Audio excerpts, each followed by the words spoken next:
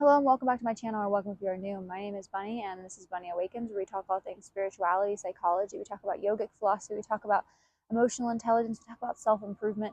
Essentially, we talk about all the things that go into us becoming the best, most aware versions of ourselves that are conscious and in control of the reality that we are so choosing. Today's video topic is going to be on self-care. So the first thing I'd like to do is establish what is self-care. And I know this sounds rudimentary, but it is a pretty complex thing to kind of fully encompass and understand. Self-care at its core is care for the self. Then you have to ask yourself, well, who is the self? And a lot of us would acknowledge that there are multiple parts of our being. You know, there's an intellectual part of ourselves, there's an emotional part of ourselves, there's a physical part of ourselves we have to take care of. There, is a spiritual part of ourselves or a religious part if you are spiritual or religious. And then I think there's also just like the fun form of self-care, like the hair care, the skin care, things like that, right? There are different forms of self-care, and there are different parts of the self that need care.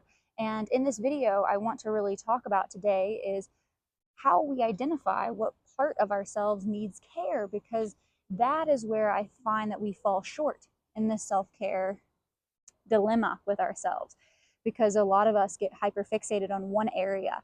And so what's much more important is to be able to find a sense of self that is able to identify which part of the self needs care. Is it my emotional side? Is it my physical side? Is it my intellectual side? My spiritual side?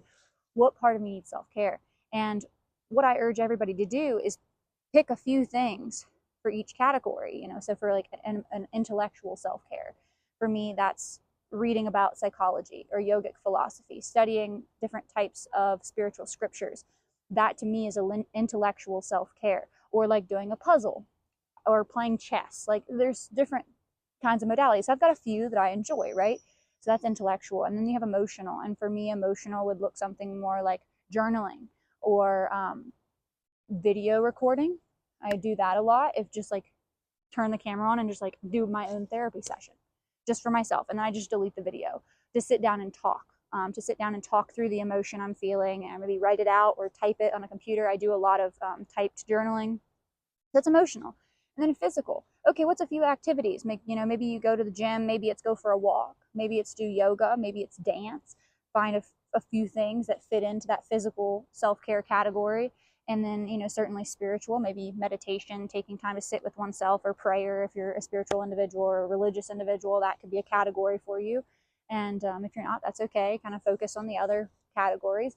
And then I'd say a fun self-care. Like what's something that you do to take care of like the childlike self? Maybe it's painting, maybe it's like painting, or maybe it is like sitting down and watching one of your favorite TV shows, or maybe it's like doing hair care or like skin care, like pampering yourself. Like picking a few things for each of these categories and acknowledging that we don't have to do all of these things every day.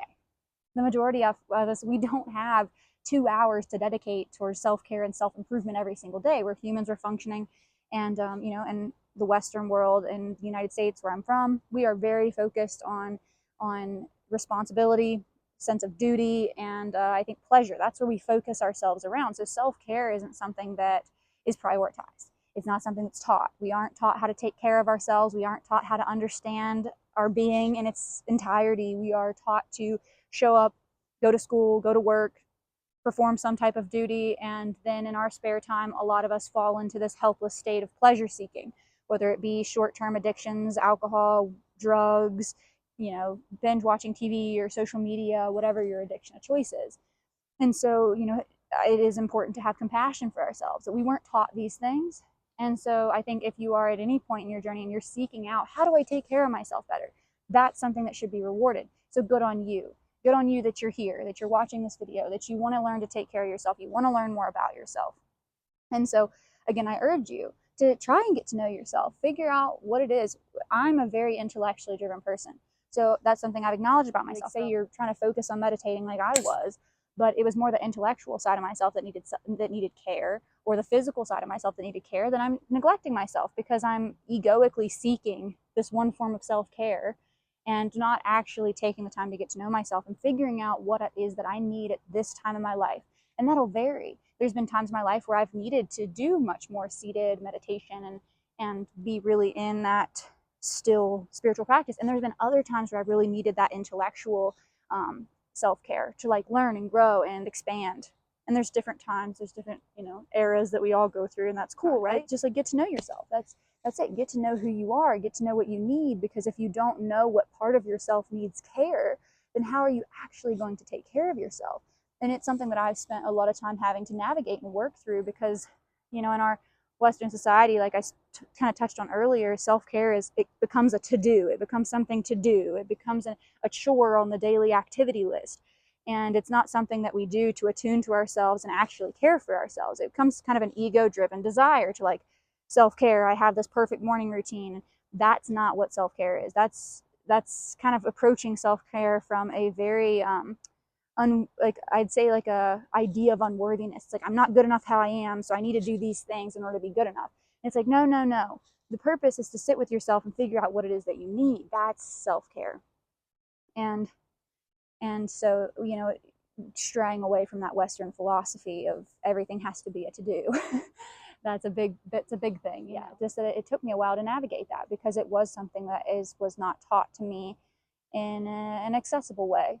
It was taught to me much more from an egoic standpoint of wanting to do all of these things. I wanted to meditate every day and read every day and work out every day. And I wanted to be like this perfect, idealized version of self.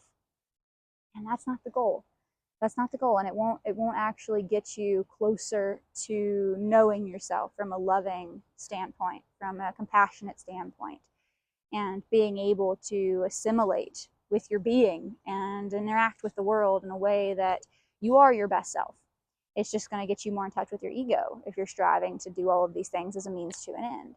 So yeah, I'm going to leave that there. I hope that wherever you are, you're having a great day. And if you're not, guess what? Tomorrow's a brand new day full of opportunities and potential. And I will see you guys in the next one.